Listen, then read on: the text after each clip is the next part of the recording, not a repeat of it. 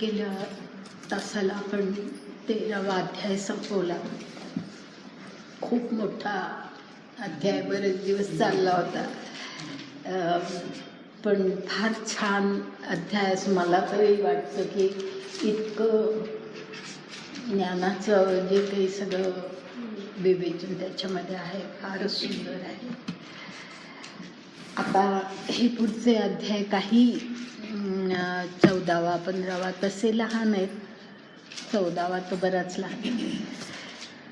आता एकदम मोठा अध्याय येणार तो शेवटचा 18वा.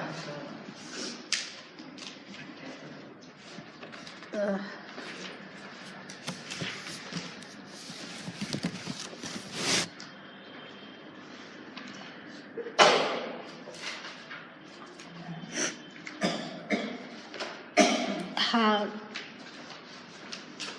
14वा अध्याय जो आहे तो प्रकृतीचे ते जे 3 गुण असतात सत्व रज तम त्यांच्याबद्दलचा अध्याय आहे. त्यांचं विवेचन आहे आणि म्हणजे थोडी आधी कल्पना देऊन ठेवते आणि त्याच्यानंतर या 3 गुणांच्या पलीकडे जा असं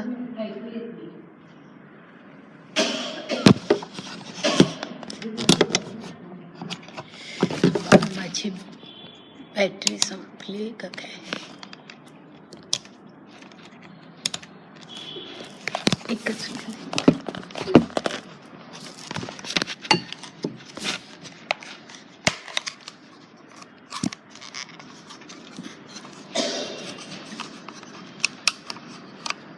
मग अशी चालू केलं तेव्हा होते संपलेले.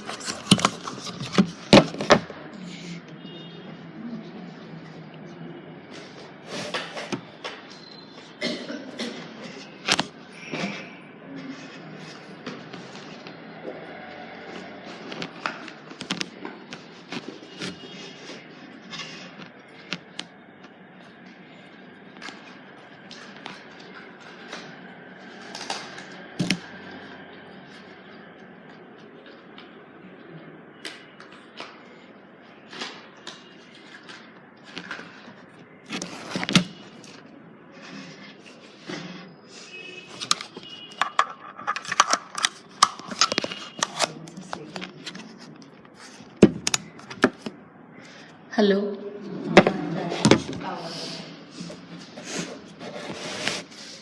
तर सत्वरज तम या गुणांविषयीचा अध्याय आहे आणि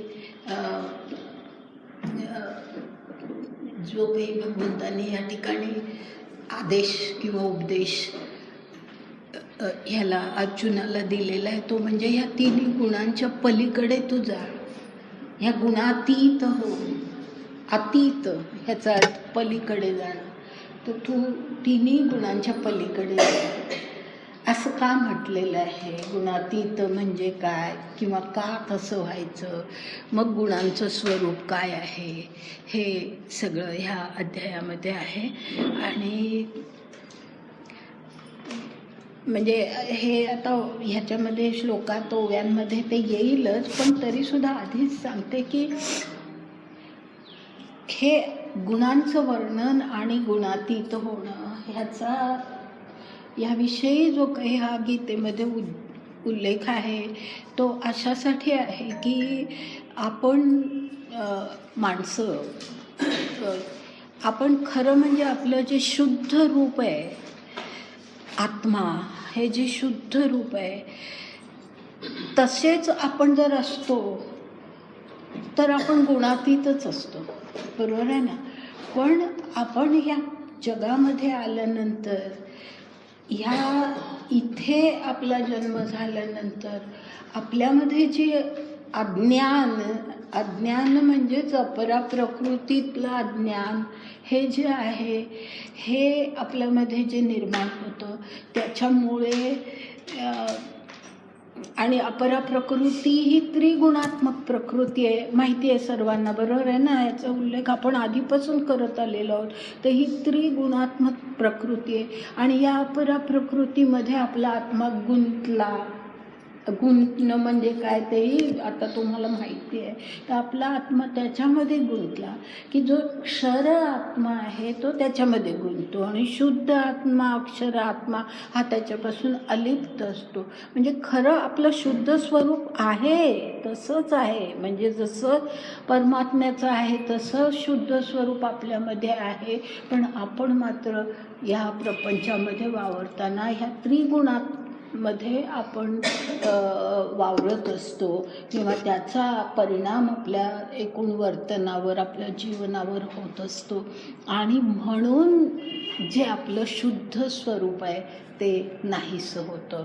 तर म्हणून ह्या ठिकाणी असं का होतं की एक शुद्ध आत्मा आपल्यामध्ये आला आहे आणि तो अशा अवस्थेला का जातो, मग ते गुण त्याला काय, गुण हे त्याला कसे परिणामकारक होतात, अशा प्रकारचं हे सगळं विवेचन आहे.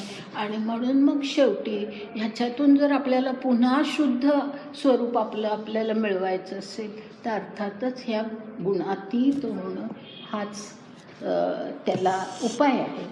तर असं सांगणारा हा सगळा अध्याय आहे. हे पहिल्यांदा आपल्या विचारामध्ये असू दे, कारण एकदमच सुरुवात केली की काही वेळेला असं होतं की काय बोलतोय आपण, काय चाललंय हे लक्षातच येत नाही. म्हणून मी आधी पहिल्यांदा थोडं स्वरूप सांगितलं. आता हे सगळं ओव्यांमध्ये आणि श्लोकामध्ये येईल. आता आपण सुरुवात करूया ह्या अध्यायाची. गुणातीत योग असंही याला म्हणतात या अध्यायाला, किंवा गुण ह्या, मला आता एक्झॅक्टली तो नाव त्याचं आठवत नाही आहे, परंतु असा हा जो 14वा अध्याय आहे त्या अध्यायाची सुरुवात मी आता अगदी जेवढ्या आवश्यक आहेत तेवढ्याच ओव्या घेणार आहे. कारण खूप मध्यंतरी ना खूप तेच वेगवेगळ्या उदाहरणांनी सांगितलेलं आहे. आणि मला आता खरोखरच असं वाटायला लागलं की जरा आपण लवकर हे आवर्त आणावं. तर म्हणून मी अशा प्रकारे हे घेणार आहे. तर ह्या अध्यायाची जी सुरुवात आहे ती सुरुवात अशा प्रकारची आहे की प्रत्येक अध्यायाची बघा सुरुवात करताना कुठे गणेशाचं वंदन आहे, कुठे आणि काही हे आहे, काही ठिकाणी अर्जुनाच्या प्रश्नापासूनच सुरुवात होते. तर ह्या अध्यायाची सुरुवात होताना ज्ञानदेवांनी ती सुरुवात केलेली आहे. ज्ञानेश्वरीमध्ये ती सुरुवात तशी आहे. गीतेच्या अध्यायामध्ये तशी ती सुरुवात नाही आहे. तर ही जी सुरुवात आहे ती अशा प्रकारची आहे की ह्या ठिकाणी ज्ञानेश्वरांनी आपल्या गुरूंचं, आपले जे आचार्य आहेत म्हणजे जे निवृत्तीनाथ आहेत त्यांना प्रथम त्यांचं स्तवन केलेलं आहे, त्यांना वंदन केलेलं आहे. आणि ते स्तवन कशा प्रकारचं आहे ते अगदी आवश्यक तेवढ्या ओव्या त्या संदर्भात घेणार आहे. पहिली जी ओवी आहे ती अशी आहे की जय जय आचार्या समस्त सुरवरिया प्रज्ञा प्रभात सूर्या सुखोदया असं म्हटलेलं आहे. म्हणजे आचार्य गुरुंना हे केलेलं आहे, त्यांचं जय जयकार केलेला आहे. आणि तो कशा शब्दामध्ये केला आहे, काय म्हटलं आहे गुरूंना, तर समस्त सुरवरिया म्हटलेलं आहे. सुर ह्याचा अर्थ देव, सुर असुर माहिती आहे ना, तर सुर म्हणजे देव. तर सगळ्या देवांमधले श्रेष्ठ म्हणजे आपल्या गुरूंना ज्ञानदेव काय म्हणतात की तुम्ही सर्व देवांमधले श्रेष्ठ आहात, सर्व देवांमध्ये तुम्ही श्रेष्ठ आहात. दुसरं पुढे त्यांनी असं म्हटलं आहे प्रज्ञा प्रभात सूर्या, म्हणजे प्रज्ञा म्हणजे बुद्धी, प्रभात म्हणजे उजाडणं, उदय होणं, पहाट होणं, प्रातःकाळ ज्याला म्हणतात तो प्रातःकाळ होणं. तर प्रज्ञा प्रभात सूर्या, म्हणजे सूर्य एरवी उगवला की प्रभात होते, पण ह्या ठिकाणी जे म्हटलेलं आहे की प्रज्ञा प्रभात सूर्या, तर हे ज्ञानदेवांना त्यांनी असं म्हटलंय की तू सूर्य आहे, तुम्ही सूर्य आहात, आणि सूर्य उदयाला आला की जसा प्रकाश पडतो तसा तुमच्या उदयामुळे किंवा तुम्ही असल्यामुळे प्रज्ञेची प्रभात होते. असं उलटा त्याचा अर्थ आहे, म्हणजे चुकीचा अर्थ घेऊ नका, की अशा प्रकारे आहे की तुम्ही असल्यामुळे प्रज्ञा बुद्धीची प्रभात होते, बुद्धीचा उदय होतो तुमच्यामुळे, असं गुरूंना म्हटलेलं आहे. प्रज्ञेची प्रभात होते.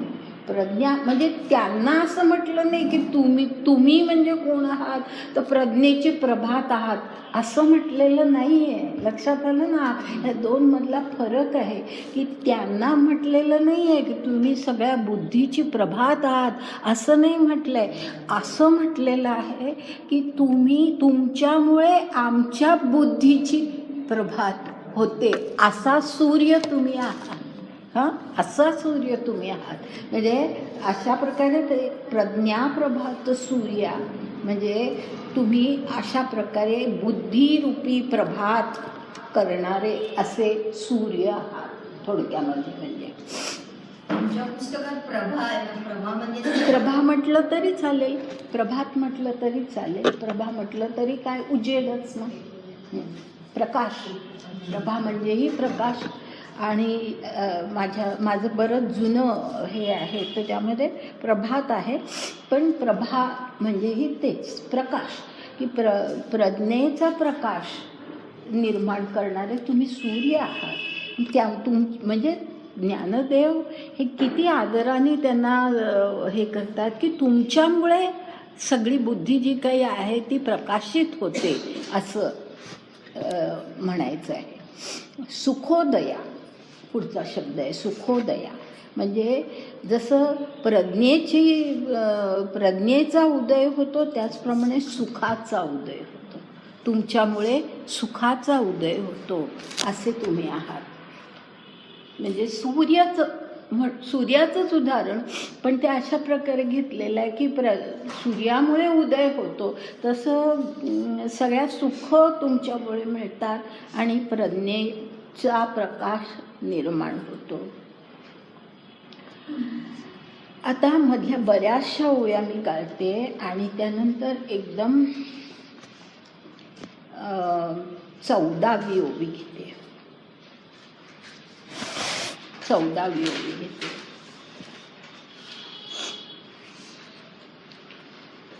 कारण खूप म्हणजे ना ते वेगवेगळ्या प्रकारची उदाहरणं देऊन म्हणजे त्यांचं स्तवन करण्यासाठी अनेक प्रकारे ज्ञानदेवांनी ते केलेलं आहे. आता इथे काय म्हणतायत 14व्या ओवीमध्ये, आणि म्हणजे हे सगळं मधलं लक्षात घेऊन आणि हा शब्द आहे, तर तो आपण सोडला या ठिकाणी तरी चालेल. आणि दुजया ठावो मोडे, म्हणजे तुमच्यामुळे काय होतं, आणि दुजया ठावो मोडे, जेथ परेशी वैखरी बुडे, तो तू मा कोणे तोंडे वानावासी. म्हणजे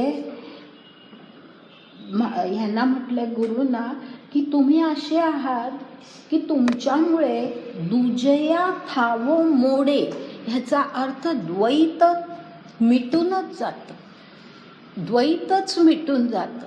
म्हणजे तुम्ही म्हणजे मी, असं जसं ईश्वर म्हणजे मी, तसंच गुरुना म्हटलेलं आहे की तुम्ही म्हणजे मी. तर अशा प्रकारे सगळं द्वैतच मिटून जातं. दुजया ठावो मांडे म्हणजे तुमच्या दर्शनाने द्वैत नाहीसच होतं. आता तुम्ही आणि मी वेगळे आहोत असं वाटतच नाही. पुढे काय म्हटलंय, जेथ परेशी वैखरी बुडे, म्हणजे परावाणी जी असते, म्हणजे आणखी फार उच्च दिव्य अशी वाणी. आणि वैखरी म्हणजे फक्त आपल्या ओठावरचे शब्द, म्हणजे त्यांना फारसं काही सखोल महत्त्व नसतं. पण असं होतं की तुमच्या परावाणी म्हणजे परावाणीही नाहीशी होते तुमच्यामुळे, तुमच्या दर्शनाने परावाणीही नाहीशी होते आणि वैखरीही नाहीशी होते. म्हणजे परावाणीने बोलावं तर ती पण संपते. म्हणजे इतकी उच्च दिव्यवाणीसुद्धा ते काही आठवतच नाही. म्हणजे जसं आपण म्हणतो की एखादी गोष्ट सांगताना शब्दच आठवत नाहीत, असं आपण म्हणतो, तसं आहे की परावाणीही नाहीशी होते, वैखरीही नाहीशी होते. की बाबा नाही, आपली परावाणी नाही आठवली तर निदान ओठानी आपल्या तोंडाने काहीतरी शब्द तरी आपण बोलू, तेही नाहीसे होतात. जे तर परेशी वैखरी बुडे तो तू मा कोणे तोंडे वानावासी. म्हणजे असा तू आहेस गुरु, तुम्ही असे आहात तर तुम्हाला कोणच्या तोंडाने, म्हणजे परावाणीही नाही आहे, वैखरी पण नाही आहे, तर असं मग कोणत्या तोंडाने तुमचं वर्णन करू, स्तुती करू. वानावासी जे म्हटलंय, म्हणजे तुमची स्तुती करायची आहे मला, पण शब्दच नाही आहेत, शब्दच नाही आहेत, असं म्हणण्यासाठी हे अशा प्रकारे वर्णन केलेलं आहे की तुमची स्तुती कुठल्या वाणीने करू, कुठली वाणीच नाही, उरतच नाही. कारण द्वैतच मोडतं, द्वैत मोडलं की मग वाणी पण संपते. तर अशा प्रकारे मला तुमची स्तुती कशी करावी, कोणत्या वाणीने करावी, ते सुद्धा मला आता कळत नाही. या लागी, पुढची ओवी, या लागी आता स्तुती सांडुनी निवांता चरणी ठेवी जे माथा हेची भले. की या लागी म्हणजे हे तुमचं वर्णन करता येत नाहीये, स्तुती करताच येत नाहीये, तर मग आता म्हणून स्तुती सांडुनी मला नाही करता येणं शक्य, म्हणून स्तुती सांडुनी निवांत मी होतो आणि चरणी ठेवी जे माथा, तुमच्या चरणावर मी माझं मस्तक ठेवतो, तेच आता भलं आहे. तेवढंच मी करू शकतो. मला शब्द नाही तुमच्याबद्दल बोलायला. तर अशा प्रकारे गुरूंना किती आदराने आणि किती विवेकाने वंदन केलेलं आहे या ठिकाणी. त्यानंतर मधल्या पुन्हा काही ओव्या गाळायच्या आहेत आणि पुढे 24वी ओवी लिहिते. 24वी. जो अवलोकिलिया माते उन्मेष सागरी भरिते ओसंडेल स्फूर्तीते रसवृत्तीचे. म्हणजे जो अवलोकिलिया माते म्हणजे तुमची दृष्टी माझ्यावर पडली. अवलोकिलिया, तुम्ही मला अवलोकन केलं, तुमची दृष्टी माझ्यावरती पडली. अवलोकिया माते आहे म्हणजे मी तुम्हाला पाहिलं असं नाही, तुम्ही मला पाहिलं असा अर्थ आहे. तर अवलोकिलिया माते काय होतं, तुम्ही माझ्याकडे नुसती दृष्टी टाकली, तुम्ही माझ्याकडे पाहिलं तर उन्मेष सागरी भरिते ओसंडेल स्फूर्तीते रसवृत्तीचे. म्हणजे तुम्ही माझ्याकडे नुसती नजर टाकलीत तरीसुद्धा माझ्या उन्मेष सागरी, उन्मेष ह्याचा अर्थ ज्ञान, या ठिकाणी ज्ञान असं आहे, माझ्या ज्ञान सागराला भरती येते. तुम्ही नुसती नजर माझ्याकडे टाकली, दृष्टी माझ्याकडे टाकली तरी माझ्या ज्ञानसागराला भरती येते. आणि ओसंडेल स्फूर्ती ते रसवृत्तीचे. म्हणजे ओसंडेल म्हणजे इतकी भरती येते की रसवृत्ती ज्याला म्हणतात, रसिकता, त्या रसवृत्तीच्या लाटा अशा वाहत राहतात म्हणजे जसं समुद्राचा काठ सोडून लाटा काही वेळेला भरतीच्या वेळेला येतात पुढे, तसं हे म्हटलेलं आहे की अशा प्रकारे माझ्या ज्ञानसागराला अशी भरती येते, फक्त तुम्ही माझ्याकडे पाहिलं की मला अशा प्रकारे ह्या रसवृत्तीच्या लाटा वाहायला लागतात आणि माझ्या या ज्ञानसागराला भरती येते, असं गुरूंचं वर्णन त्यांनी केलेलं आहे. आणि मग आता 25वी जी ओवी आहे तिथे आता गुरु म्हणतायत, निवृत्तीनाथ म्हणतायत. ही पुढची जी ओवी आहे ते निवृत्तीनाथ ज्ञानदेवांना असं म्हणतायत. तव तोषोनी गुरुराजे म्हणितले विनती व्याजे, मांडिले देखो दुजे स्तवन मिश. म्हणजे अशा प्रकारे जे काही सगळं ज्ञानदेव बोलले आहेत त्यामुळे तोषोनी आनंद झालेला आहे ह्यांना, निवृत्तीनाथांना. पण गुरुराज काय म्हणाले, निवृत्तीनाथ काय म्हणाले, तर संतोषित होऊन ते काय म्हणाले, तर ज्ञानदेवा म्हणजे विनती व्याजे मांडिले देखो दुजे स्तवन मिशे असं म्हटलेलं आहे. ह्याचा अर्थ असा की ही माझी स्तुती करण्याच्या उद्देशाने, स्तवन मिशे म्हणजे कारण काय, तर तुला माझी हे करायची आहे, स्तवन करायचं आहे, स्तुती करायची. तर ह्या स्तवनमिशाने म्हणजे स्तुती करण्याच्या हेतूने तू काय करतोयस लक्षात येतंय का तुझ्या, मांडिले देखो दुजे म्हणजे म्हणतोयस की तू मी आणि मी एकच झालोय, पण हे स्तवन शेवटी दुसऱ्या कोणाचं तरी आहे ना. म्हणजे तू काय करतोयस, तर ह्या स्तवन मिशाने मी परकाच आहे कोणीतरी आणि तू माझ्यापासून वेगळा आहे असं द्वैत मांडलेलं आहेस. तू बोलतोयस अद्वैत आहोत आपण म्हणून, पण प्रत्यक्षात स्तवन करण्याच्या हेतूने तू हे द्वैत मांडलेलं आहेस. पुढे म्हणतात, हे असो आता वांझता तो ज्ञानार्थ करुनी गोमटा, ग्रंथ दावी उत्कंठा भंगोने दी. म्हणजे गुरु म्हणतात त्याला की हे असू दे, आता जे काय झालं ते आता थांबव, असो आता हे सगळं थांबव. आणि वांजटा म्हटलेलं आहे ना, त्याचा अर्थ ही सगळी वायफळ बडबड तुझी जी आहे ती आता राहू दे, ती आता आणखीन नको, वायफळ बडबड आता आणखीन करू नकोस. म्हणजे स्वतःच्या स्तुतीला ते वायफळ बडबड म्हणताय, तर ते आता सगळं थांबव. आणि आता तू काय कर, तर तो ज्ञानार्थ करुनी गोमटा ग्रंथू दावी. म्हणजे हे जे ग्रंथामध्ये जे सगळं ज्ञान आहे गीता ग्रंथामध्ये ते गोमट करायचं आहेस तू, सुंदर रीतीने सगळ्यांच्या समोर तू मांडायचं आहेस, गोमट करायचं आहेस. म्हणजे सर्वांच्या समोर अत्यंत सुंदर रीतीने तू मांडायचं आहेस. आणि पुढे म्हटलेलं आहे ग्रंथ दावी म्हणजे ग्रंथ सांग, तो ग्रंथ सांग, त्या ग्रंथातलं ज्ञान जे आहे ते सगळ्यांना सांग.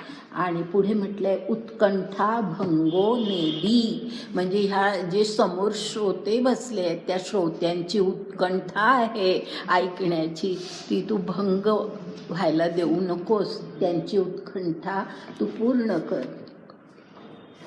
आता पुढची जी ओवी आहे ती ज्ञानदेव म्हणतात, ज्ञानदेव निवृत्तीनाथांना म्हणतात, हा का जी स्वामी हेची पाहतू होतो मी, जे श्रीमुखे म्हणा तुम्ही ग्रंथू सांग.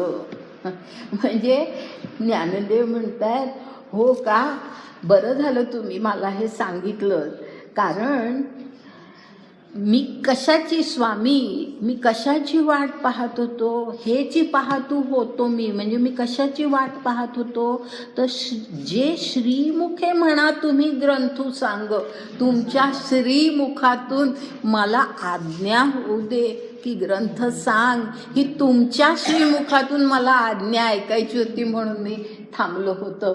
आता ही आज्ञा मी ऐकलेली आहे आणि पुढे जातोय. तर अशा प्रकारे आता ज्ञानदेव पुढे सांगतायत. आता ग्रंथाविषयी सांगतायत, म्हणजे गीतेविषयी सांगतायत. आता पुढे मधल्या थोड्या ओव्या गाळून 32वी ओवी बघा. 32वी ओवी.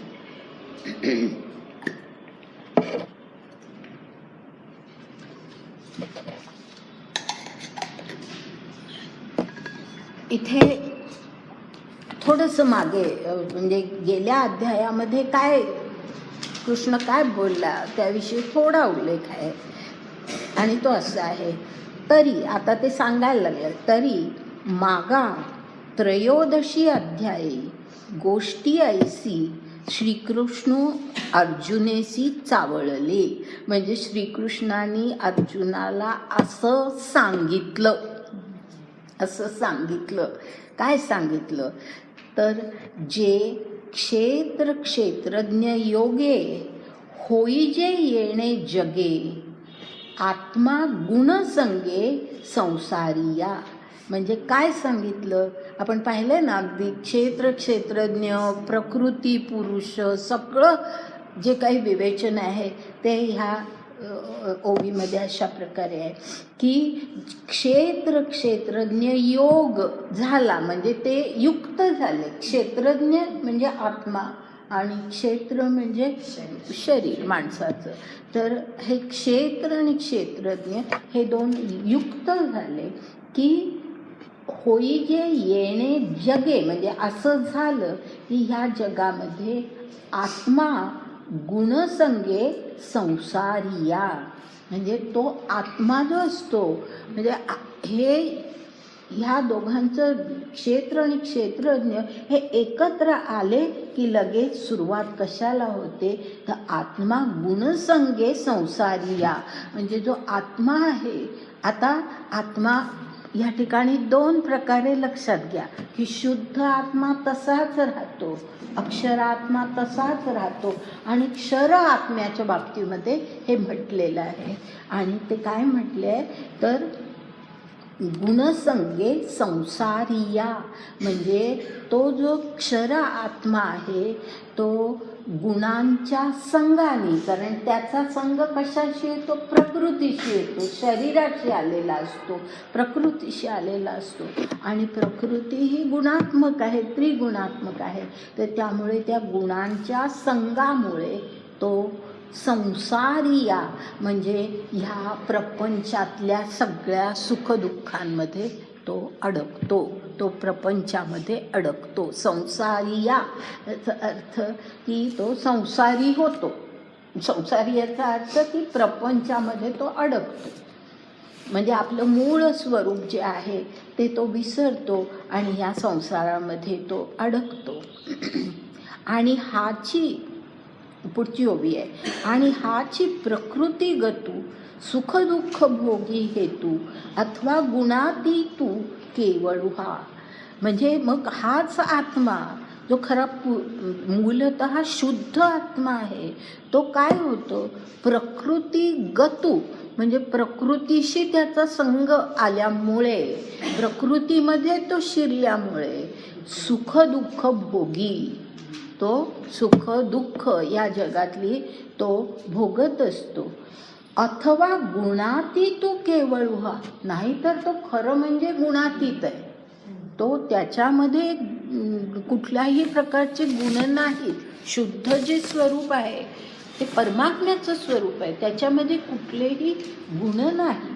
तर त्यामुळे गुणातीत खरं म्हणजे तो आहे. परंतु हा सुखदुःख भोगी हेतू याचा अर्थ म्हणजे खरोखर असं घडतं की केवळ ह्या प्रकृतीशी संग निर्माण झाल्यामुळे सुख दुःख त्याच्या वाट्याला येतात. नाहीतर तो खरं म्हणजे गुणातीत असतो. आता जे मी मगाशी सांगितलं ते पहा कसं आलं इथे. तरी कैसा पा असंगा संगू कोणतो क्षेत्रज्ञ योगू सुखदुःखादी भोगू केवी तया. ह्याचा असा अर्थ आहे की हे कसं घडतं, हे कसं घडतं, हे सगळं जे आता आहे की तो ह्या जगामध्ये आला म्हणजे प्रकृतीशी संग झाल्यावर तो असा होतो, सुखदुःख भोगतो. हे सगळं असं का का होतं, कसं होतं, तर तरी कैसा का असंगा संगू, म्हणजे तो खरा असंग आहे. त्याचा प्रकृतीशी काहीही, प्रकृतीच्या गुणांशी त्याचा संग नाही मुळामध्ये. त्याचं जे मूळ स्वरूप आहे ते कसं आहे, तर त्याचा संग प्रकृतीच्या गुणांशी नाही. म्हणजे तो कसा आहे, असंगा. तो असंग आहे पण तो संगू होतो. आलं लक्षात? असंग आहे पण तो संगू होतो, म्हणजे त्याचं स्वरूप बदलतं, संगू होतो, म्हणजे त्याचा संग निर्माण होतो. कोण तो क्षेत्रज्ञ योगू, म्हणजे असा हा क्षेत्र आणि क्षेत्रज्ञ ह्यांचा योग, ते दोघं एकमेकांशी युक्त होतात. हा संबंध काय आहे, क्षेत्रज्ञ योग काय आहे, आणि की ज्याच्यामुळे सुखदुःखादी भोगू केवी तया, की ज्याच्यामुळे सुखदुःखांचा भोग प्राप्त होतो. हे सगळं आता ह्याच्या पुढे त्याचं विवेचन केलं जाणार आहे की जो असंग आहे तो संगू का होतो, सुखदुःख त्याच्या वाट्याला का येतात, हे सगळं क्षेत्रज्ञ योग कसा निर्माण होतो, हे सगळं आता ह्याच्या पुढे आपल्याला पाहायचं आहे. आणि काय काय पाहायचं आहे त्याचं आणखीन पुढे वर्णन आहे. गुण ते कैसे किती बांधती कवणे रीती, ना तरी गुणातीती चिन्हे काही, म्हणजे गुण कैसे किती, किती आहेत गुण, त्यांचं स्वरूप काय आहे. बांधती कवणे रीती, म्हणजे त्यांचा बंध कसा निर्माण होतो याच्यावरती, की जो असंग आहे त्याच्यावरती बंध का निर्माण होतो आणि तो कसा निर्माण होतो. ना तरी गुणातीती चिन्हे काही, म्हणजे गुणांचा संग नसलेला जो गुणातीत आहे त्याचं स्वरूप काय आहे, त्याची लक्षणं काय आहेत, चिन्हे म्हणजे लक्षणं काय आहेत, ते आता ह्या अध्यायामध्ये काय आपल्याला पाहायचं आहे, काय कशाचं निरूपण आहे ते ज्ञानदेव अशा शब्दामध्ये सांगतात. एवं यया आघवेया अर्था रूप करावया विशो एथ 14व्या अध्यायासी, म्हणजे हे सगळं एवं म्हणजे हे सगळं, यया आघवेया म्हणजे हे सगळं, अर्था रूप करावया म्हणजे त्याचा अर्थ, त्याचं प्रत्यक्ष स्वरूप, हे सगळं स्पष्ट करण्यासाठी 14व्या अध्यायासी विशो एथ, म्हणजे 14व्या अध्यायाचा हा विषय आहे असं ज्ञानदेवांनी सांगितलं. तरी तो आता ऐसा प्रस्तुत परियेसा अभिप्रावो विश्वेशा वैकुंठाचा, म्हणजे विश्वेश जो आहे, जो वैकुंठाचा राजा आहे, असा जो विश्वेश आहे तो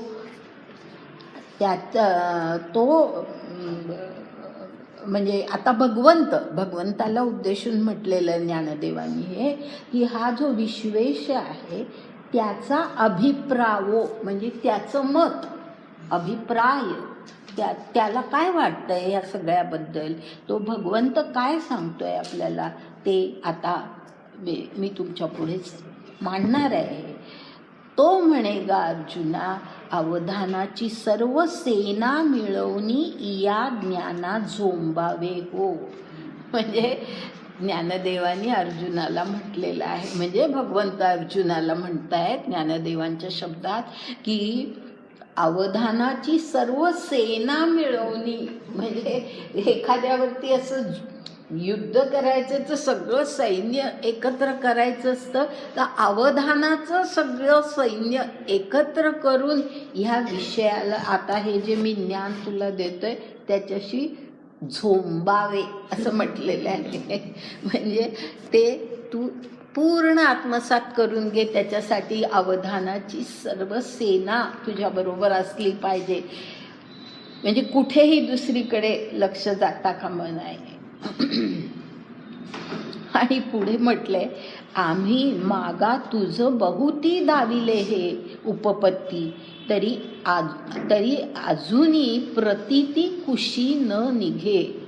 म्हणजे भगवंत अर्जुनाला असं म्हणतायत की मी तुला आत्तापर्यंत अनेक प्रकारे हा विषय सांगितलाय. मागा तुझं बहुती दाविले, ह्याचा अर्थ मी तुला अनेक वेळा हा विषय सांगितला आहे. हे सगळं ज्ञान मी तुला उपपत्ती म्हणजे हे सगळं ज्ञानाचं सगळं वर्णन मी तुझ्या पुढे केलेलं आहे. तरी अजूनही प्रतिती कुशीनं निघे, म्हणजे तुझ्या कुशीनं निघे ह्याचा अर्थ तुझ्या अनुभवाची कूस अजून भरून आलेली नाही. अनुभवाची कूस म्हणजे तुला कळलेलं नाही अर्जुना, तुला अजूनही हे लक्षात गेलं नाही. तुझी अनुभवाची कूस अजून भरून आलेली नाही. अजून तू साशंकच आहेस या सगळ्याच्या बाबतीमध्ये, तुला कळत नाही आहे. आणि म्हणून तुला आता मी हे पुन्हा सगळं सांगतो.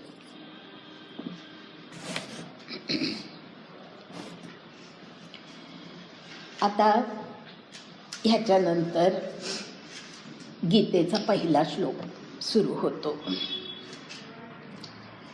आणि तो असा आहे, परम भूयः प्रवक्ष्यामि ज्ञानानां ज्ञान उत्तमम्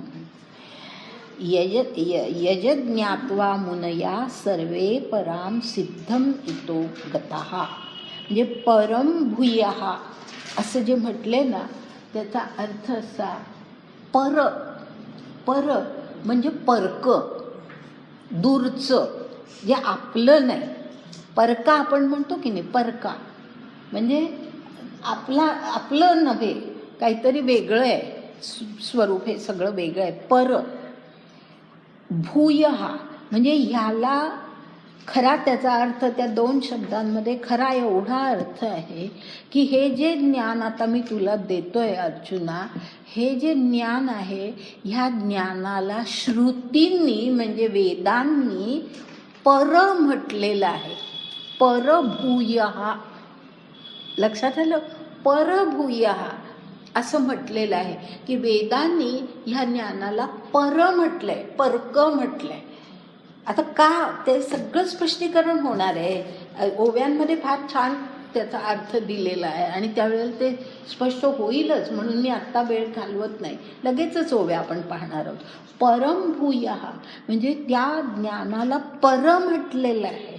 श्रुतींनी त्याला परक म्हटलेलं आहे.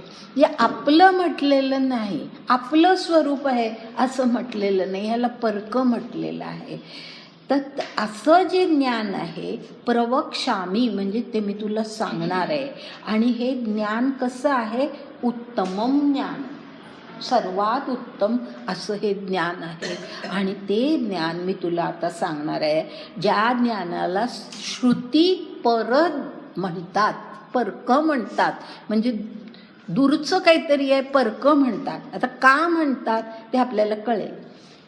यज्ञात्वा म्हणजे जे कळल्यानंतर, मुनयाः सर्वे पराम सिद्धिमितो गतः म्हणजे जे कळल्यानंतर, हे ज्ञान झाल्यानंतर, मुनयाः ह्याचा अर्थ मुनी ऋषी मुनी असतात ना, मुनी.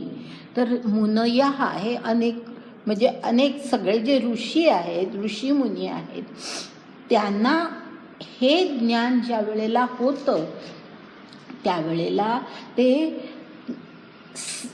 पराम सिद्धी म्हणजे अगदी उच्च अशी सिद्धी त्यांना प्राप्त होते, म्हणून त्याला उत्तम ज्ञान म्हटलेलं आहे. उत्तम ज्ञान म्हटलेलं आहे. कारण ज्या वेळेला मुनींना ऋषींना हे ज्ञान प्राप्त होतं ते इतकं परक आहे की ऋषींना आपलं आपण ते कळत नाही, पण ज्या वेळेला ते ज्ञान त्यांना प्राप्त होतं त्यावेळेला त्यांची स्थिती काय होते तर उत्तम सिद्धी त्यांना प्राप्त होते. आणि म्हणून हे ज्ञान जे आहे ते उत्तम ज्ञान, सर्वात उत्तम ज्ञान असं म्हटलेलं आहे. आता ओव्यांमध्ये हा अर्थ जास्ती चांगला स्पष्ट होतो. आता ओव्या बघूया आपण. म्हणून गा पुढती सांगिजेल तुझ प्रती, पर म्हणू श्रुती डहारिले जे. म्हणजे अर्जुना आता मी तुला पुढती, म्हणजे आता तुला ह्याच्यानंतर ह्याच्या पुन्हा म्हणजे पुढती असं का म्हटलंय की तुला मी सांगितलं होतं पण ते तुला कळलं नाही आहे, तुझी कूस भरून आली नाही त्या यानी, तर म्हणून पुढती म्हटले. म्हणजे पुन्हा मी सांगतोय. पुढती याचा अर्थ पुन्हा मी सांगतोय. म्हणून का पुढती सांगिजेल, मी तुला आता पुन्हा सांगतोय तुझं प्रती, म्हणजे तुला पुन्हा मी हे सांगतोय. आणि ते काय आहे, पर म्हणू श्रुती डहारिले. म्हणजे श्रुतींनी ज्याला पर म्हणू असे दोन शब्द आलेत म्हणून गोंधळून जाऊ नका. त्यामध्ये पहिला जो आहे म्हण त्याचा अर्थ शब्द असा आहे. पर या शब्दाने त्याला डहारिले असं म्हणून त्याला डहारिले म्हणजे त्याला संबोधलंय. म्हणजे काही वेळेला ज्ञानदेवांचे शब्द आपल्याला कळताना अवघड जातात. त्याचं कारण ते आपण असे उलटे सुलटे बरोबर जर करून घेतले तर ते आपल्याला व्यवस्थित कळतात. तर श्रुतींनी त्याला पर या शब्दाने संबोधिलेले आहे.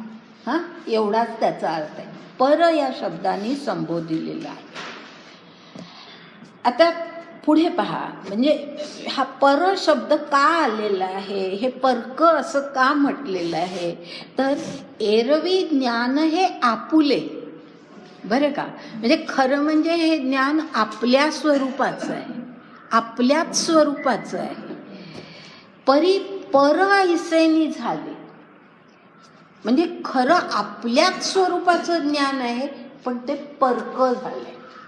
लक्षात आलं मी काय म्हणते ते, की आपल्याच स्वरूपाचं ज्ञान आहे. एरवी ज्ञान हे आपुले म्हणजे आपल्या स्वतःचंच ज्ञान, आपल्या स्वरूपाचं ज्ञान आहे, पण ते पर ऐसेनी झाले, ते परक वाटतंय. का वाटतंय, जे आवडोनी घेतले भव सर्गाधिक. म्हणजे आपण सामान्य माणसं काय असतो तर भव म्हणजे ह्या जगात हे जग आणि स्वर्ग, या जगातली आणि स्वर्ग सुख, या जगातले सुख आणि स्वर्ग सुख याच्यामध्ये आपण इतके गुंतलेलो असतो. आवडोनी घेतले याचा अर्थ आपण इतके गुंतलेलो असतो की आपल्या खऱ्या स्वरूपाचं आपल्याला विस्मरण झालेलं असतं. आलं लक्षात? त्याला पर का म्हटलं आहे हे ह्या ओवीमध्ये अगदी स्पष्ट होतं की ते परक का वाटतं. हे ज्ञान कशाचं आहे, खरं म्हणजे ते आपल्या स्वरूपाचं आहे.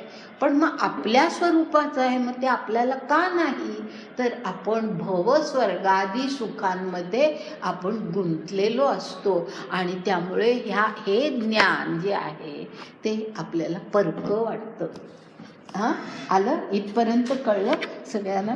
भवस्वर्गाधिक जे आहे ते आवडोनी घेतले म्हणजे त्याच्यामध्येच आपण इतके, त्याच इच्छा आपल्या मनामध्ये असतात की हे सुख मिळावं, ते सुख मिळावं, सगळ्यात शेवटी स्वर्ग सुख हे म्हणजे त्याच्यातच आपण अडकलेलो असतो. आपण दुसरा विचारच करत नाही.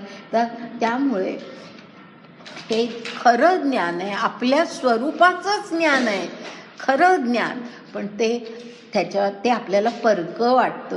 म्हणजे ते आपलं नव्हेच असं आपल्याला वाटतं. अगा याची कारणे हे उत्तम सर्वापरी मी म्हणे, जे वन्ही हे तृणे येरे ज्ञाने. म्हणजे भगवंत म्हणतात, ज्ञानेश्वरांच्या शब्दामध्ये भगवंत असं म्हणतात, याच कारणामुळे, अगा याची कारणे, याच कारणामुळे हे खरं म्हणजे हे उत्तम सर्वापरी, सर्वात उत्तम ज्ञान हे आहे. कारण आपलं स्वरूप आधी आपल्याला कळलं पाहिजे ना, बरोबर आहे ना, की आपण कोण आहोत, मी कोण आहे, हे स्वरूप ज्या वेळेला आपल्याला कळतं आणि त्याप्रमाणे आपण आपलं जीवन जगतो, की माझं शरीर म्हणजे मी नव्हे, माझं खरं स्वरूप आत्मा आहे. आणि म्हणून मग शरीराच्या सुखदुःखांकडे, जे आता म्हटलंय भवस्वर्गादी सुखांमध्ये मग आपण अडकत नाही.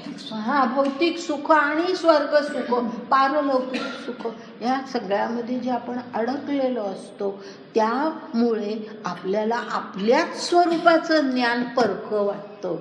पण ह्या ज्ञानाला मी उत्तम ज्ञान आहे असं म्हणतो. असं भगवंत म्हणतात की मी या सर्वात उत्तम ज्ञान कुठलं, तर आपल्या स्वरूपाचं ज्ञान असं त्यांनी म्हटलेलं आहे. आणि त्याला उत्तम का, तर जे वन्ही हे तृणे येरे ज्ञाने.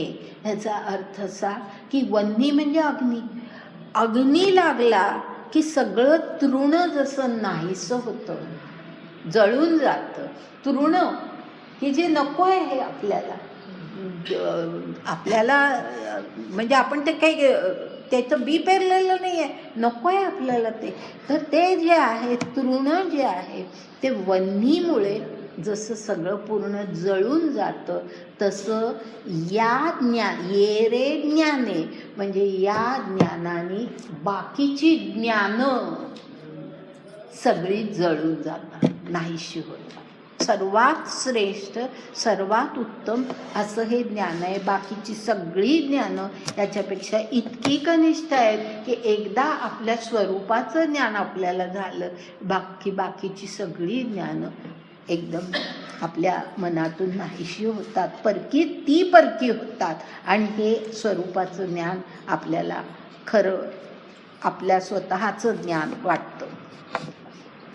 जिये भवस्वर्गाते जाणती, यागाची चांग म्हणती, पारकी फुडी आथो भेदी जया. म्हणजे हे बाकीची ज्ञानं कशी असतात ते या ठिकाणी सांगितलंय, की बाकीची ज्ञानं, इतर ज्ञानं जी असतात ती कशी असतात, तर भव म्हणजे ह्या जगातलं सगळं सुख आणि स्वर्ग सुख ते त्यांना माहिती असतं, जाणती. भवस्वर्गात ते जाणती. यागाचे चांग म्हणती. याग म्हणजे यज्ञ करणं, तर यज्ञ करणं वगैरे ह्यालाच ती सगळी ज्ञानं चांगलं म्हणतात. आणि पुढे अगदी शेवटी जे भेदी जेया म्हणजे ही सगळी ज्ञानं कशी असतात, की ज्याच्यामुळे माणसामध्ये माणूस आणि ईश्वर, माणूस आणि विश्व यामध्ये भेद निर्माण. ही भेद करणारी ज्ञानं आहे बाकीची सगळी जी आहेत. कारण ज्या वेळेला मी अहम आपल्यामध्ये येतो त्यावेळेला बाकीचे सगळे आपल्याला परके वाटतात. तर त्यामुळे ही जी बाकीची ज्ञानं आहेत ती कशी आहेत, तर ती अशा प्रकारची आहेत की ते भेद करणारी आहेत. आणि अशी ही जी ज्ञानं आहेत ती सगळी अशी म्हणजे भवस्वर्गाला जाणणारी, यज्ञाला चांगलं म्हणणारी आणि भेद करणारी अशी जी सगळी बाकीची ज्ञानं आहेत, अशी इतर सर्व ज्ञानं पारखी पुढी आथी. ह्याचा अर्थ ही सगळी ज्ञानं भस्मीभूत होऊन जातात. स्वरूपाचं ज्ञान झालं की ही बाकीची सगळी ज्ञानं भस्मीभूत होऊन जातात, पारखी होऊन जातात असं म्हणा. पारखी होतात, ती पर होतात, आपल्याला पारखी होतात. ते ये आघवीचे ज्ञाने केली येणे हे पुढची तशीच ओवी आहे, ती नाही घेतली तरी चालेल. एकूण अर्थ मला असं वाटतं आतापर्यंत कळला असेल की स्वरूप ज्ञान हे खरं ज्ञान, पण आपण त्याला आपल्याला ते वाटतं. ह्याचं कारण आपण भवस्वर्गादी ज्ञानांमध्ये गुंतलेलो असतो आणि ती ज्ञानं कशी खोट्या स्वरूपाची असतात ते त्यांनी आत्तापर्यंत सांगितलेलं आहे.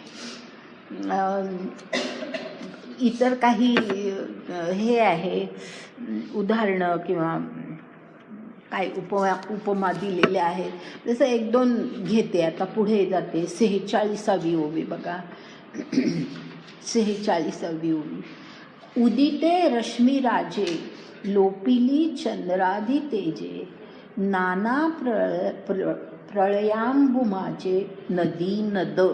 ह्याचा अर्थ जसं आता ह्याच्या आधीच सांगितलं की इतर ज्ञान अग्नीनी बाकीची ज्ञानं भस्मीभूत किंवा अग्नीनी तृण भस्मीभूत होतं, असं एक उदाहरण आधी दिलं. तसं आता आणखी उदाहरणं आहेत. उदिते रश्मी राजे म्हणजे सूर्याचा उदय झाला. उदिते रश्मी राजे म्हणजे सूर्य ह्यांचा उदय झाला की काय होतं. लोपिली चंद्रादि तेजे. म्हणजे चंद्र असतो पण चंद्र आपल्याला दिसतच नाही. सूर्य म्हणजे बाकीचं चंद्र तारा सगळे तिथेच असतात पण आपल्याला ते दिसत नाही. याचं कारण की सूर्याचा उदय झाला की त्याच्या पुढे ते सगळं फिकं असतं.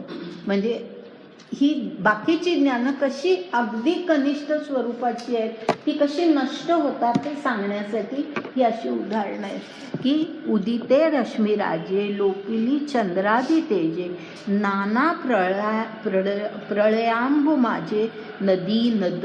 म्हणजे प्रलय आला, सगळीकडेच मुळी प्रलयच आलेला आहे, पाणीच पाणी सगळं झालेलं आहे. मग नदी नद राहणार कुठे? बरोबर आहे ना. नदी नद हे सगळं मुळी त्या प्रलयामध्ये ते एकच पाणी होऊन जातं, त्यांचं वेगळे पण राहतच नाही. तर अशी काही उदाहरणं दिली आहे.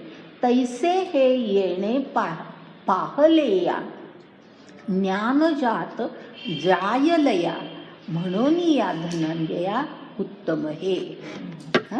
तैसे हे येणे म्हणजे एकदा हे ज्ञान, स्वरूपाचं ज्ञान, आपल्या स्वरूपाचं ज्ञान एकदा आपल्याला झालं.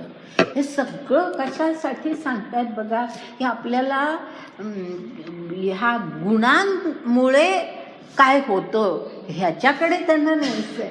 म्हणून ही अशी सगळी सुरुवात केलेली आहे की तैसे हे येणे पाहलेया. इथे पाहलेया ह्याचा अर्थ काय आहे? पाहणे ह्याचा अर्थ आत्तापर्यंत अनेक वेळेला आलेला आहे. पाहणे म्हणजे काय? पाहणे म्हणजे आपण ज्याला बघणं म्हणतो ते नव्हे. पाहलेया किंवा पाहणे काय?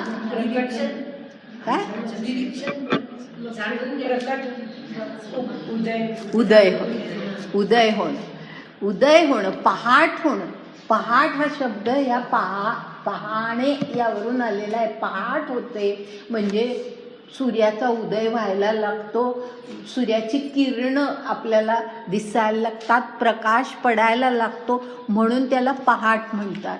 तर ते पाहलेया हा शब्द खूप वेळेला आला आहे म्हणून मी मुद्दाम विचारला की पाहलेया म्हणजे काय. तर तैसे हे येणे पाहलेया ह्या ज्ञानाचं एकदा का उदय झाला.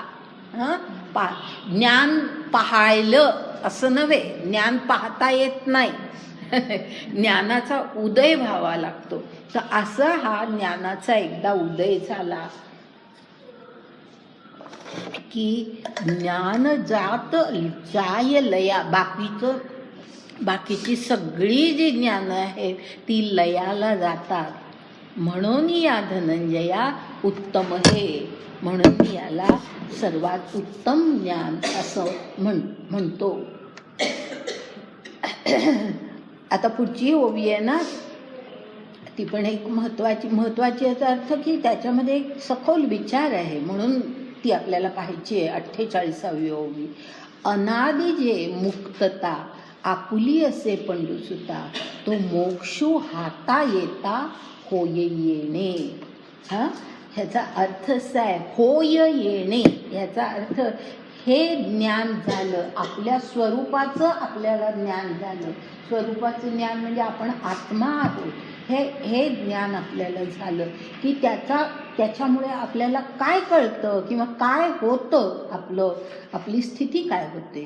तर अनादि जे मुक्तता आपुली असे पंडुसुता, म्हणजे खरं म्हणजे आपलं खरं स्वरूप काय आहे, आत्मा हे आपलं खरं स्वरूप आहे. आणि आत्मा हा मुक्तच असतो. आत्म्याला जन्मही नाही आणि आत्म्याला मृत्यूही नाही, तो मुक्तच आहे परमेश्वरासारखा. म्हणजे त्याला ह्या मुक्त ह्याचा अर्थ काय की ह्या संसार म्हणजे जन्म मृत्यूच्या चक्रातून मुक्त व्हायचं नाही आहे, तो अनादि मुक्त आहे. आलं लक्षात, पहिल्यापासून तो मुक्त आहे, ह्या संसारामध्ये तो अडकलेला नसतो. हा अर्थ आहे इथे अनादि मुक्तता. याचा अर्थ तो आहे की सुरुवातीपासून आत्मा की जो परमात्म्याचा अंश आहे तो कसा आहे, तो मुक्तच आहे. तो काही या संसार चक्रामध्ये गुंतलेला नाही. संसार चक्र म्हणजे जन्ममृत्यूचं चक्र, तर जन्ममृत्यूच्या चक्रामध्ये तो गुंतलेला नाही आहे. म्हणजे त्याला मुक्त व्हायचं आहे असं खरं म्हणजे काही नाही आहे. तर असा अनादि जे मुक्तता आपुली असे पांडुसुता. आता लक्षात आलं की अर्जुना, आपली जी खरी अनादि काळापासूनची जी मुक्तता आहे, खरं आपलं स्वरूप काय आहे, तर आपण मुक्त आहोत. आपण या जन्ममृत्यूच्या सगळ्या चक्रामध्ये आपण खरं म्हणजे गुंतलेलो नाही, आत्मा या स्वरूपामध्ये. तर आपण अशा प्रकारे मुक्त आहोत. तो मोक्षू हाता येता, म्हणजे तो जो मोक्ष आहे, मोक्ष म्हणजे या ठिकाणी मुक्तता. तो मोक्ष म्हणजे खरा तो आहेच, पण आपण तो गमावलाय. का गमावलाय, तर आपण ह्या प्रकृतीमध्ये गुंतलेलो आहोत, ह्या जगातल्या सगळ्या सुखदुःखांमध्ये आपण गुंतलेलो आहोत. आणि त्यामुळे अनादि काळापासून खरं म्हणजे आपला आत्मा मुक्त आहे, त्या आत्म्याला आपण का अडकवतो, तर आपण ह्या सुखदुःखांमध्ये गुंततो. त्या सुखांसाठी आपण काहीतरी कर्म करायला जातो, मग त्या कर्मांचे म्हणजे वासनामय कर्म करतो. वासनामय कर्म केलं की त्याचे परिणाम पुन्हा भोगावे लागतात. ते परिणाम म्हणजे पुन्हा जन्म निर्माण होतो. जन्म आला की पुन्हा मरण निर्माण होतं. म्हणजे जन्म आणि मरणाचं चक्र हे पुढे चालूच राहतं. म्हणजे आपण आपली खरी मुक्ती आहे, म्हणजे आपण खरे मुक्त आहोत, पण आपण विनाकारण या चक्रामध्ये अडकलेलो आहोत. तर तो जो मोक्ष आहे तो आपल्याला प्राप्त होतो ज्या वेळेला स्वरूप ज्ञान आपल्याला होतं की आपण शरीर नाही. शरीर म्हणून ज्या वेळेला माणूस जगणं सोडून देतो, त्यावेळेला आत्मा म्हणून जेव्हा तो जगायला लागतो, त्यावेळेला तो खरं म्हणजे मुक्त. मग ह्या जगामधला मोक्ष आहे. लक्षात आलं, मोक्ष हा नंतरचा मोक्ष नाही. मृत्यूनंतरचा मोक्ष तो वेगळा. ह्या जगामध्ये सुद्धा आपण मुक्तच होतो, कारण मग जीवन मरण ह्याच्या पलीकडे आपण गेलेलो असतो. तुम्हाला आठवत असेल तर मी अमृतत्व किंवा अमरत्व हे शब्द स्पष्ट केले होते, आठवतात तुम्हाला? अमरत्व ही अशी अवस्था असते की जन्म मरणातीत होणं, जन्म मरण याच्या पलीकडेच जाणं, त्याचा विचार आपल्या मनामध्ये न येणं, कारण आपण मुक्त आहोत. हे इतकं स्वरूप ज्ञान ज्या वेळेला माणसाला होतं, हे फार कठीण आहे, फार कठीण आहे. बोलणं शब्दामध्ये सांगणं फार सोपं आहे, पण हे प्रत्यक्षामध्ये अनुभवणं हे फार कठीण आहे. आणि म्हणून अर्जुनाला म्हटलंच आहे त्यांनी की मी तुला अनेक प्रकारे सांगितले, पण अजून तुझी कूस भरली नाही. तसं आहे की हे जे आहे तो मोक्षू हाता येता, म्हणजे तो तशी मुक्ती आपल्याला प्राप्त होते. म्हणजे ह्या ज्ञानाला उत्तम ज्ञान का म्हटलेलं आहे हे या ठिकाणी स्पष्ट झालं की सर्वात उत्तम ज्ञान हे आहे स्वरूपाचं ज्ञान, आपल्या स्वरूपाचं ज्ञान, की जे आपण श्रुतींनी सुद्धा याला पर म्हटलंय. का म्हटलंय? कारण आपण सामान्य माणसं या अशा सगळ्यामध्ये गुंतून राहतो आणि म्हणून मुक्ती जी खरी आपली आहे अनादी काळापासून ती मुक्ती आपल्याला कधी मिळत नाही. तर ती मुक्ती ह्या ज्ञानामुळे मिळते. म्हणून हे सर्वात उत्तम ज्ञान असं म्हटलेलं आहे, स्वरूपाचं ज्ञान आहे. म्हणजेच याचा अर्थ आणखीन दुसऱ्या शब्दामध्ये, आता मी तो शब्द उच्चारलाच पण पुन्हा सांगते की दुसऱ्या शब्दामध्ये म्हणायचं म्हणजे मर्त्य शरीराकडून अमृतत्वाकडे जाणं. बरोबर आहे ना? मर्त्य शरीराकडून अमृतत्वाकडे जाणं. अमृतत्व, अमरत्व म्हणजे मरण न येणं असं नाही. हे मी समजावून सांगितलं होतं वर्गामध्ये, मला वाटतं 1-2 वेळा सांगितलं असेल की अमरत्व ह्याचा अर्थ मरणच येणार नाही असा नाही आहे. अमरत्व याचा अर्थ ही मुक्ती आहे. आणि म्हणून जे पूर्वीच्या ऋषींनी, ज्या वेदकालीन ऋषींचे जे हे आहे की मृत्युर्मा अमृतम गमय असं जे म्हटलेलं आहे ना, की असतोमा सद्गमय तमसोमा ज्योतिर्गमय मृत्योर्मा अमृतम गमय असं जे म्हटलंय, तो मृत्यू आपण मर्त्य जीवन जगतो. मर्त्य जीवन ह्याचा अर्थ आपण या सगळ्या सांसारिक प्रापंचिक ह्याच्यामध्ये गुंतलेलो असतो, ते मर्त्य जीवन आहे.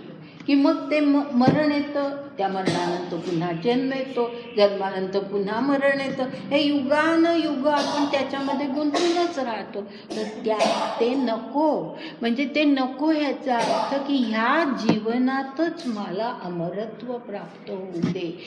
मृत्यूनंतरचं अमरत्व मोक्ष नाही आहे हा सुद्धा अशीच कल्पना आहे की ज्याच्यामध्ये मृत्योर्मा अमृतम गमय असं जे म्हटलं आहे ना त्या ऋषींनी, त्याच्यामध्ये हाच अर्थ आहे की या जीवनामध्ये मला मोक्ष, अशी मुक्ती जी खरं माझं स्वरूप आहे, ती मुक्ती मला प्राप्त होऊ दे. आता पुढे जातोय आपण. एक श्लोक आणि थोड्या ओव्या घेते आणि मग थांबते. दुसरा श्लोक आहे, इदं ज्ञानम उपाश्रित्य मम साधर्म्यम आगतः सर्गेपि नोपजायन्ते सत्प्रलयेन व्यथन्ति च. म्हणजे इदं ज्ञानम म्हणजे हे जे ज्ञान आहे, आता कळलं कुठल्या ज्ञानाबद्दल बोलतोय? स्वरूपाचं ज्ञान, आपल्या स्वरूपाचं ज्ञान, म्हणजे आत्मा आहे आपलं जे स्वरूप आहे त्याचं ज्ञान. इदं ज्ञानम उपाश्रित्य म्हणजे त्या ज्ञानाचा आश्रय करून, आश्रित्य म्हणजे त्या ज्ञानाचा आश्रय करून, मम साधर्म्यम आगतः म्हणजे जी माणसं अशा ह्या ज्ञानाचा आश्रय करतात ते काय होतात? त्यांना माझं साधर्म्य प्राप्त होतं. मम साधर्म्यम आगतः म्हणजे माझ्यासारखे ते होतात. म्हणजे हे कोण बोलतंय? ईश्वर बोलतंय की ते ईश्वरासमान होतात. कारण ईश्वर कसा आहे? ईश्वर तसाच आहे ना की ज्याला मृत्यू नाही, ज्याला जन्म नाही, अनादी काळापासून तो तसाच आहे. म्हणजे तेच स्वरूप यांनाही प्राप्त होतं. आणि म्हणून ह्या ज्ञानाचा आश्रय केला की मम साधर्म्यम आगतः म्हणजे मग ते माझ्यासारखे होतात की ज्यांना ते जन्ममरणातीत होतात, जन्ममरणातीत होतात. म्हणजे मग त्यांना पुढे जन्ममरण हे राहतच नाही.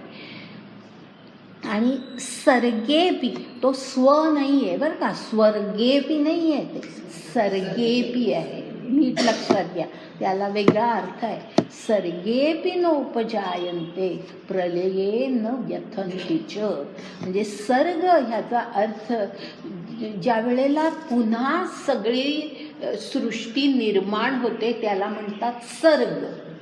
आणि ज्या वेळेला सगळी सृष्टी नाहीशी होते तो प्रलय. हां, हे 2 लक्षात ठेवा. म्हणजे सर्ग ह्याला दुसरा आणखी एक शब्द आहे प्रभव. प्रभव असाही शब्द आहे. हां, प्रभव आणि प्रलय. म्हणजे प्रलय म्हणजे सगळं नाहीसं होणं आणि सर्ग म्हणजे सगळं पुन्हा निर्माण होणं. प्रभव होणं म्हणजे पुन्हा अस्तित्वामध्ये येणं.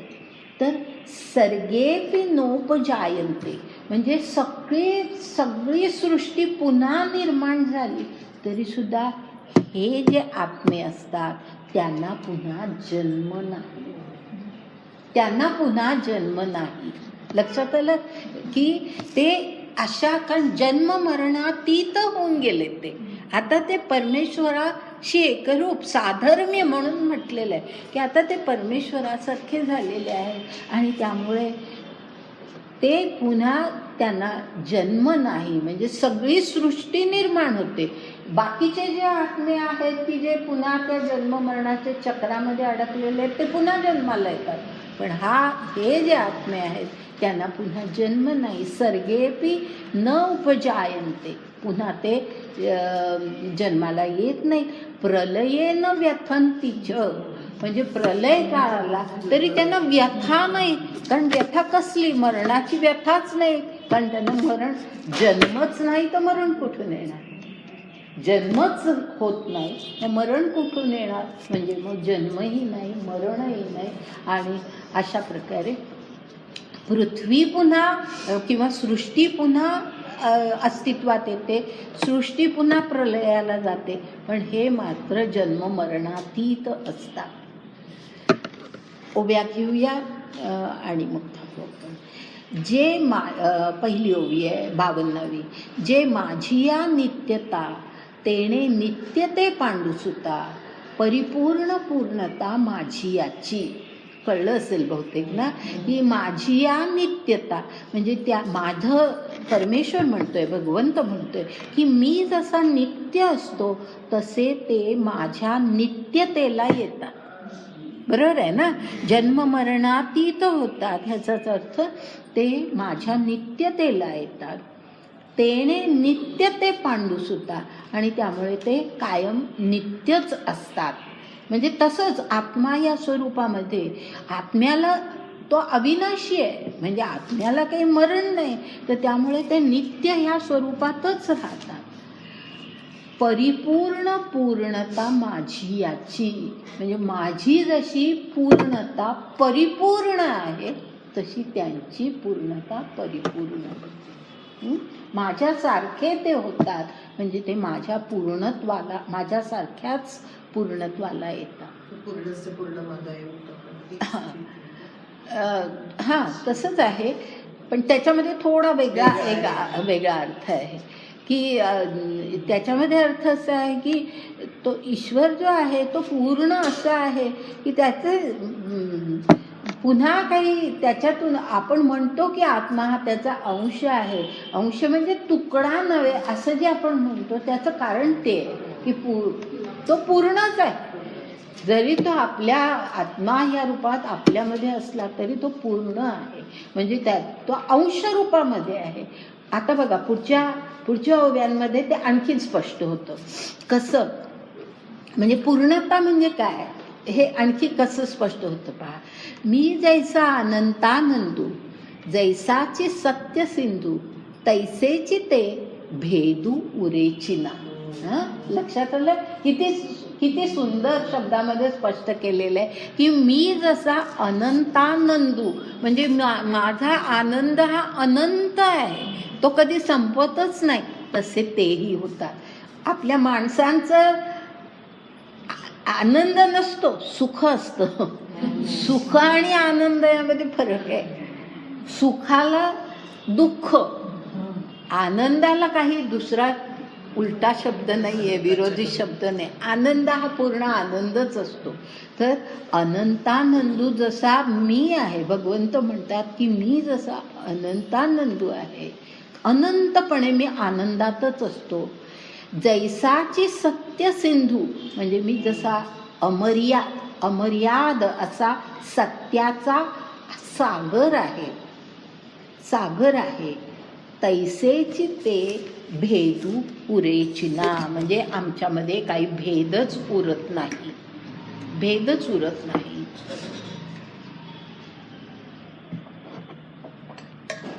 जे मी जेवढे जैसे तेची ते झाले तैसे, घटभंगी घटाकाशे आकाश जेवी, म्हणजे मी जसा आहे तसेच ते झाले असं म्हटलंय.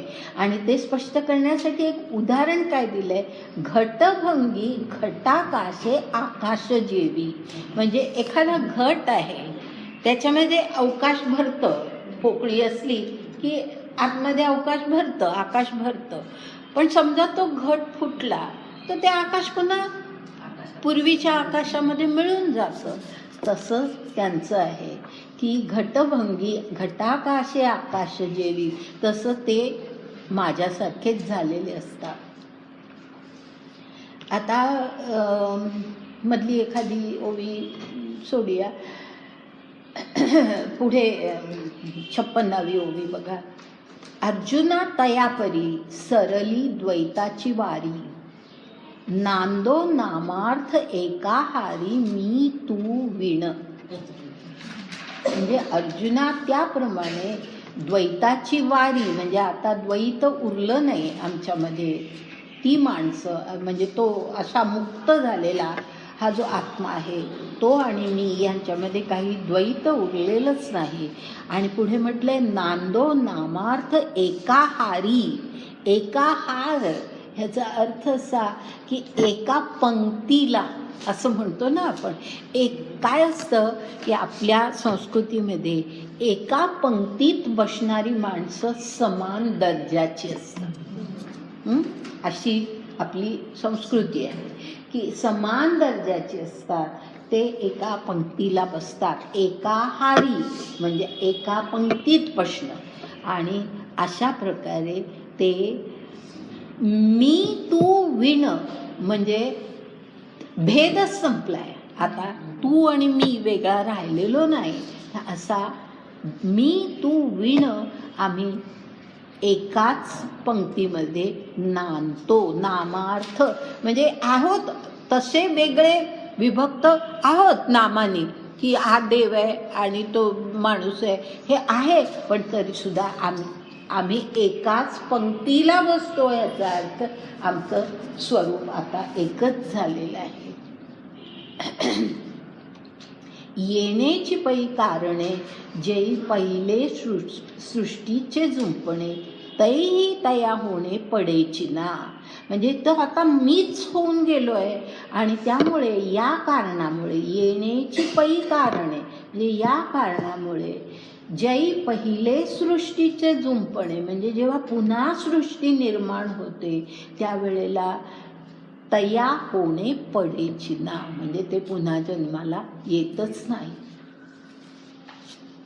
सृष्टीची ये सर्वादी जे या देहाची नाही बांधी, ते कैचे प्रळयावधी निमतील पा, म्हणजे ज्यांना सृष्टी जन्माला येते त्यावेळेला सुद्धा ज्यांना जन्म नाही त्यांना मग प्रळयाच्या वेळेला मरण येणारच कुठून, कारण त्यांना जन्मच नाही, मग मरण येणारच कुठून. म्हणून जन्मक्षया अतीत ते, जन्म मरणातीत असा जो आपण शब्द वापरतो त्याचं किती सुंदर स्पष्टीकरण हे आहे बघा, की म्हणून जन्मक्षया अतीत ते धनंजया, की ते जन्म आणि मरण ह्याच्या अतीत का आहेत, तर ते आता मीच होऊन गेलेले आहेत. आणि त्यामुळे जसा मला जन्म नाही, मला मरण नाही, तसंच त्यांच्याही आत्म्याला जन्म नाही आणि मरण नाही.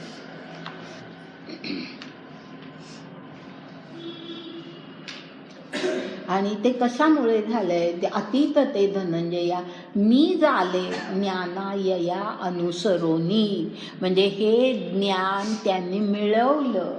आणि म्हणून ह्या ज्ञान म्हणजे स्वरूप ज्ञान, हे ज्ञान म्हणजे काय, खरं स्वरूप ज्ञान त्यांनी मिळवलं. आणि ते ज्ञान मिळवल्यामुळे ते असे झाले, ज आहे ना त्याचा अर्थ की ते झाले असं नव्हे, ते असे झाले असं नाही, ते असं त्यांचं अस्तित्व असंच होऊन गेलं. झाले म्हणजे खरं जन्मले असा अर्थ आहे. पण इथे जन्म आपण आता नाहीच आहे त्यांना, पण झाले म्हणजे त्यांचं स्वरूपच असं होऊन गेलं की आता त्यांना हे या स्वरूप ज्ञानामुळे, स्वरूप ज्ञानाला अनुसरून, हाही शब्द महत्त्वाचा आहे, हाही शब्द महत्त्वाचा आहे की नुसतं ज्ञान होऊन काही उपयोग नाही, त्या ज्ञानाला अनुसरलं पाहिजे.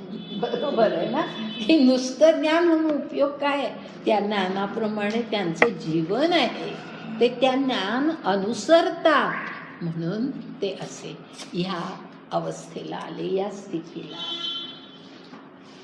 ऐसी ज्ञानाची वाढी वानिली देवे आवडी, तेवीची पार्थाही गोडी लावावया. म्हणजे अशी वाढी, ह्याचा अर्थ ज्ञानाचा महिमा, महात्म्य, ज्ञानाचं असं हे सगळं महात्म्य, ज्ञानाचा महिमा असा भगवंतांनी अर्जुनाला सांगितला. वानिली म्हणजे सांगितला. कशासाठी? तर देवे आवडी तेवीची पार्थाही गोडी लावावया.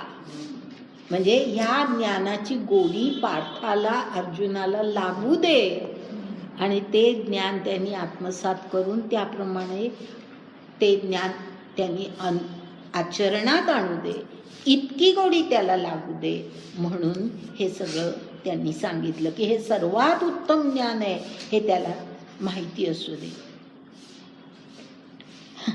तव तया झाले आन, सर्वांगी निघाले कान, सपाई अवधान आतला पाप.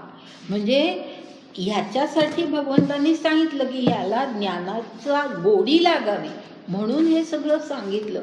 पण झालं भलतं म्हणजे काय? आन, याचा अर्थ वेगळंच काहीतरी झालं. वेगळं म्हणजे काय झालं? तर सर्वांगी निघाले कान.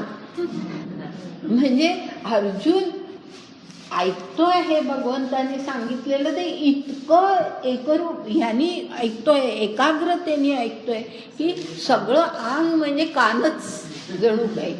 सर्वांगी निघाले कान, सपाई अवधान आतला पा. सपाई ह्याचा अर्थ मूर्ती, अवधानाची मूर्तीच बनलाय तो.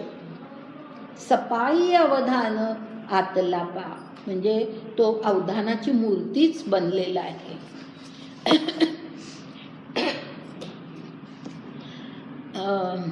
आता देवाची ऐसे जाकळी जे तू ऐसे असे बोरसे म्हणून निरूपण आकाशे वेटाळेना. म्हणजे आता अर्जुनाची अशी स्थिती झाली की त्याला म्हणजे सगळं शरीर त्याचं ऐकतंय जणू काही, अशी त्याची इतका तो त्याच्यामध्ये त्या ज्ञानाचं वर्णन ऐकण्यामध्ये इतका एकाग्र झालाय. हे पाहिल्यानंतर भगवंताची अवस्था काय झाली? तर आता देवाची ऐसे जाकळी जतू असे वोरसे. म्हणजे इतकं आपण सांगतोय त्या ज्ञानाचं जाकळी जतू, ह्याचा अर्थ असा की आपण सांगतोय त्या ज्ञानाचं आकलन. ते जाकळी जो शब्द आहे ना, त्याच्यामध्ये हा शब्द आहे. त्या आपण सांगतोय त्या ज्ञानाचं आकलन इतकं त्याला होतंय, अर्जुनाला इतकं होतंय, अर्जुनाकडून इतकं आकलन केलं जातंय आपण सांगतो त्या ज्ञानाचं. हे ज्या वेळेला भगवंताच्या लक्षात आलं त्यावेळेला भगवंताचं काय झालं? तर म्हणून निरूपण आकाशे वेटाळेना. म्हणजे आकाशात मावणार नाही असं निरूपण भगवंत करायला लागले. की भगवंतानंही केव्हाही असं असतं ना की श्रोते फार मोठ्या उत्सुकतेने ऐकतायत म्हटल्यानंतर वक्त्याला हे येतं ना, उत्साह येतो सांगण्याचा. तसं आता ह्याला झालेलं आहे की आकाशामध्ये पोचलंय त्याचं निरूपण. आता एखादी ओवी काढून तरी पुढची म्हणजे 64वी ओळी आहे. तरी एकुमी अनेकी गोविजे देह पाशकी त्रिगुणी लुब्धकी कोणी परी. म्हणजे आता खरी निरूपणाला सुरुवात झाली आहे. हां, इथून निरूपणाला, भगवंताला आता जे काही ज्ञान द्यायचं आहे ते ज्ञान आता त्यांनी द्यायला सुरुवात केलेली आहे. आणि कशा प्रकारे, तरी एकुमी म्हणजे मी खरं म्हणजे एकच आहे, एकमेव आहे, पण अनेकी गोविजे देह पाशकी म्हणजे अनेक देहांमध्ये मी गोवला गेलो आहे. मी एकच आहे पण अनेक देह पाशामध्ये, देह पाशामध्ये मी गुंतला गेलेलो आहे. आणि हे देह कसे आहेत, त्रिगुणी लुब्धकी कोणी परी. म्हणजे इथे हा जो लुब्धकी शब्द आहे ना, त्याचा अर्थ काय आहे की लुब्धकी म्हणजे पारधी जसा असतो, लुब्धकी याचा अर्थ खरं म्हणजे पारधी जसं ह्याला शिकार करताना जाळ्यामध्ये गोवण्यासाठी काहीतरी मोह टाकतात, काहीतरी अगदी मासासुद्धा पकडताना काहीतरी आमिष दाखवलं जातं, तसंच पारधीसुद्धा त्या जाळ्यामध्ये त्या जनावरांनी त्याला पकडण्यासाठी काय करतात, तर काहीतरी मासाचा तुकडा किंवा काहीतरी असं ठेवतात की ज्याच्यामुळे ती जनावरं तिथे येतात आणि मग त्या जाळ्यामध्ये अडकतात. तर तसं त्याला तो लुब्ध म्हणजे असं ते त्या मोहामध्ये लोभून जो पारधी त्यांना पकडतो, तर त्यांना लोभाला बळी पाडतो, म्हणून त्याला लुब्धकी म्हटलेलं आहे. लुब्धकी त्रिगुणी. आता ह्या ठिकाणी काय म्हटले, त्रिगुणी लुब्धकी कोणी परी. म्हणजे ह्या देह कसा आहे, तर ह्या त्रिगुणांनी बनलेले असे हे सगळे अनेक देह आहेत आणि त्या देहपाशामध्ये मी अडकलोय. म्हणजे आत्मा परमेश्वर म्हणतोय, भगवंत म्हणतोय की हे अनेक देहांमध्ये मी अडकूनच बसलोय. मी संसारी का झालो याचं हे सांगतायत, मी प्रपंचामध्ये का अडकलो. अशा प्रकारे ह्या त्रिगुणांनी जसा पारधी मोहात अडकवतो तसा ह्या त्रिगुणांनी मला अडकवून टाकलंय आणि त्यामुळे या देहपाशामध्ये मी अडकलो आहे. कैसा क्षेत्र योगे विये ये जगे ते परीस सांगे कोणे परी. आता मी तुला अर्जुना ह्या क्षेत्र योगाने, म्हणजे आता मी शरीरात अडकलो, देहपाशात अडकलो, आता क्षेत्र योग म्हणजे तो क्षेत्रज्ञ आणि क्षेत्र ह्यांचा योग, ते दोघं आता एकत्र आले. लक्षात आलं. तर क्षेत्रज्ञ क्षेत्राशी युक्त झाला आणि त्यामुळे विये इये जगे हे सगळं जग त्याच्या पुढे कसं निर्माण झालं. क्षेत्र आणि क्षेत्रज्ञ ह्यांच्या योगाने हे जग कसं निर्माण झालं. म्हणजे पारधी जसा जाळ्यामध्ये अडकवण्यासाठी काहीतरी मोह हे करतो, त्याप्रमाणे या त्रिगुणांच्या मोहामध्ये मी अडकलो, आतमध्ये सगळ्या देहपाशामध्ये अडकलो. आणि मग ह्या अडकल्यामुळे काय झालं, हा क्षेत्रज्ञ आणि शरीर म्हणजे देह म्हणजे क्षेत्र. आता क्षेत्रज्ञ आणि क्षेत्र ह्यांचा योग झाला, युक्त झाले आणि अशा या योगातून जगविये, जग सगळं कसं निर्माण होतं ते आता मी सांगतो. परीस म्हणजे ऐक, आता मी ते सांगतो आहे ते तू ऐक. आता आपण थांबूया. पुढच्या बुधवारी वर्ग नाही आहे, पुन्हा सांगते. पुढच्या बुधवारी नाही आणि त्याच्या पुढच्या आठवड्यात गुरुवारी वर्ग होईल, लक्षात.